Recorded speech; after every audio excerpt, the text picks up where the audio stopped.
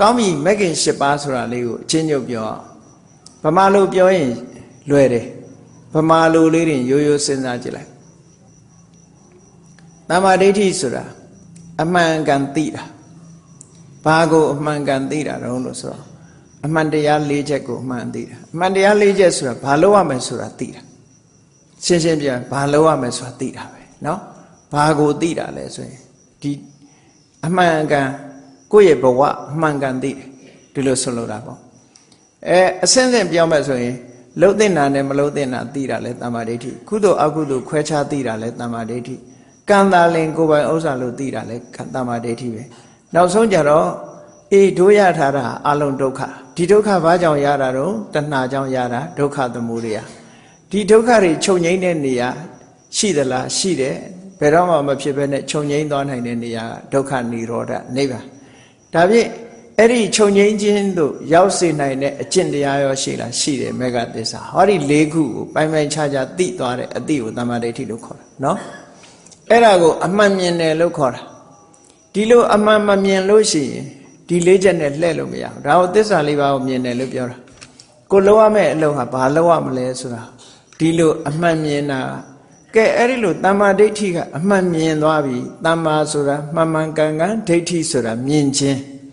တခြားနေရာမှာဒိဋ္ဌိဆိုတာမှားယွင်းတဲ့အမြင်ကိုပြောတာဒီနေရာမှာတမ္မာဆိုတာပါဠိအတွက်ကြောင့်မှားယွင်းတဲ့အမြင်မဟုတ်ဘူးအမှန်မြင်တာတဲ့ပြဿနာတစ်ခုတောင်မှအမှန်မမြင်ဘူးဆိုရင်ဖြေရှင်းလို့ရပါမလားမရဘူးပြဿနာတစ်ခုတောင်အမှန်မြင်ရတယ်အဲ့ဒါကြောင့်မို့လို့ဒီအမှန်မြင်မှုဆိုတာအမှန်တမ်းအရေးကြီးတယ်ဒါဖြင့်အမှန်မြင်မှုအတွက်ကဘာအရေးကြီးတော့ဆိုအမှန်တွေးတတ်ဖို့အရေးကြီးပြန်ဒါကြောင့်မို့တမ္မာဒိဋ္ဌိပြီးတော့မြတ်စွာဘုရားတမ္မာသင်္ကပ္ပကိုဟောတာတမ္မာသင်္ကပ္ပဆိုတာမှန်မှန်ကန်ကန်တွေးတာမှန်မှန်ကန်ကန်တွေးနိုင်မှမှန်မှန်ကန်ကန်မြင်မယ်တဲ့ဟုတ်ပြီဒါဖြင့်တမ္မာသင်္ကပ္ပပြီးတော့တမ္မာဝါစာလို့ဘာလို့မြတ်စွာဘုရားကဆက်ပြီးတော့ခေါ်ပြန်တာတော့မဂ္ဂင်၈ပါးလောကလူတွေဟာစကားပြောတော့မယ်ဆိုရင်မတွေးပဲပြောတာလားတွေးပြီးမှပြောတာလားစဉ်းစားဆင်ခြင်ပြီးတော့မှစကားတစ်ခုပြောကြတာလေအရင်စဘာပြောမယ်ဆိုတာကိုတွေးတာပဲအဲ့ဒါကြောင့်မို့တမ္မာသင်္ကပ္ပအတွေးပြီးတဲ့အခါလူတွေကစကားပြောတာမို့တမ္မာဝါစာနဲ့ကတ်ထားတာတွေးပြီးမှပြောတယ်ကဲပြောပြီးရင်ဘာလုပ်တော့ဆိုပြောပြီးလုပ်တယ်လေပါးစပ်ကပြောတယ်လက်ကလုပ်တယ်တမ္မာဝါစာပြီးတော့တမ္မာကမ္မန္တဒီလိုအဆက်ဆက်မရှိပဲဟောတာမဟုတ်အဆက်ဆက်ရှိတယ်နော်ကဲတွေးပြီးတော့လှုပ်တယ်ပြောတယ်ပြောပြီးရင်လှုပ်တယ်လှုပ်တဲ့အခါမှာအပြောကလည်းမှန်တယ်အလုပ်ကလည်းမှန်တယ်ဆိုလို့ရှိရင်အပြောလူတွေနေ့စဉ်အသက်မွေးဝမ်းကြောင်းလှုပ်နေတာအပြောနဲ့အလုပ်ဒီနှစ်ခုနဲ့လှုပ်နေကြတာပြောပြီးထမင်းစားတဲ့လူတွေရောမရှိဘူးလားအပြောနဲ့စားနေကြတာနော်အပြောနဲ့စားနေတာရှိတယ်အလုပ်နဲ့စားတာရှိတယ်အဲ့တော့အပြောတွေအလုပ်တွေကမှန်ကန်မယ်ဆိုရင်သူ့ရဲ့အသက်မွေးမှုကလည်းမှန်ကန်တယ်အပြောလုံးမှားပြီဆိုလို့ရှိရင်အသက်မွေးမှုကလည်းမှားတယ်လို့ဒီလိုပြောတာအဲ့တော့အပြောလုံးနဲ့ဆက်ဆက်ပြီးတော့အသက်မွေးဝမ်းကြောင်းဖြစ်တာဖြစ်တော့ကြောင့်တမ္မာကမ္မန္တပြီးတော့တမ္မာအာဇီဝလို့ဒီလိုဟောတာ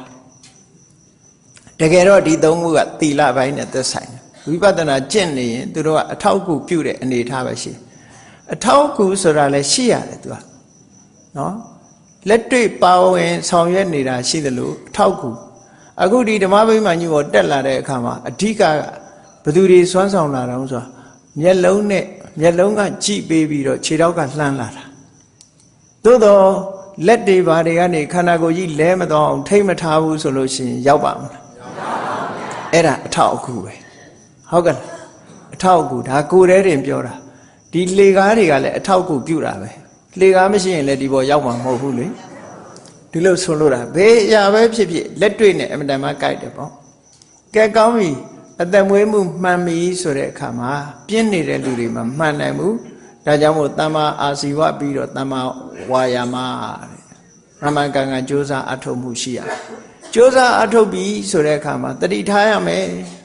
လွဲမသွားနိုင်တယ်ဒါကြောင့်မို့တတိထားတော့တမ္မာဝါယာမပြီးတော့တမ္မာတတိတဲ့လှုပ်ပြီဆိုတဲ့အခါတတိရတယ်လို့ပဲစိတ်ကတည်ငြိမ်မှုလဲလိုသေးတယ်ဆိုတမ္မာသမာဓိပေါင်းလိုက်ရင်မြတ်စွာဘုရားဟောတာလိုလေသေးမရှိဘူးဒါနိဗ္ဗာန်သွားဖို့အတွက်လုံလောက်တယ်ဒီစွမ်းအားတွေဟာအမှန်မြင်တယ်ဆိုတာအသိဉာဏ်အမှန်တွေးတယ်ဆိုတာ တမ္မာသင်္ကပ္ပသင်္ကပ္ပနော်လူတွေရဲ့စိတ်ထဲမှာဖြစ်တဲ့အရာတွေကြီးပဲဒါ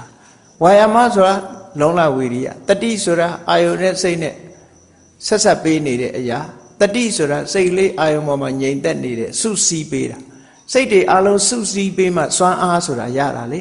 ဟိုတခြားဒီတခြားဆိုလို့ရှင်စွမ်းအားမပြည့်ဘူးမဟုတ်လားတမ္မာတမာတိဆိုတာစုစည်းပေးတဲ့အဓိပ္ပာယ်ကိုပြောတာရင်မှုကြပါလိမ့်မယ်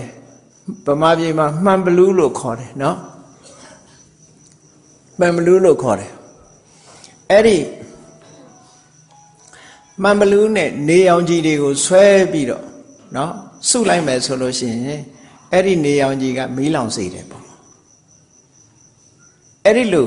စုပေးလို့သေးသေးလေးထိအောင်စုနိုင်လို့ရှိရင်စက်ကူတွေဘာတွေကိုမီးရှို့ငငယ်တော့ကစားခဲ့တာမျိုးတွေဒါမျိုးမှန်ဘလူးနဲ့နေအောင်ကြီးကိုဆွဲယူပြီးတော့မီးရှို့စုစည်းစုလိုက်ရင်အားဖြစ်သွားတာနော်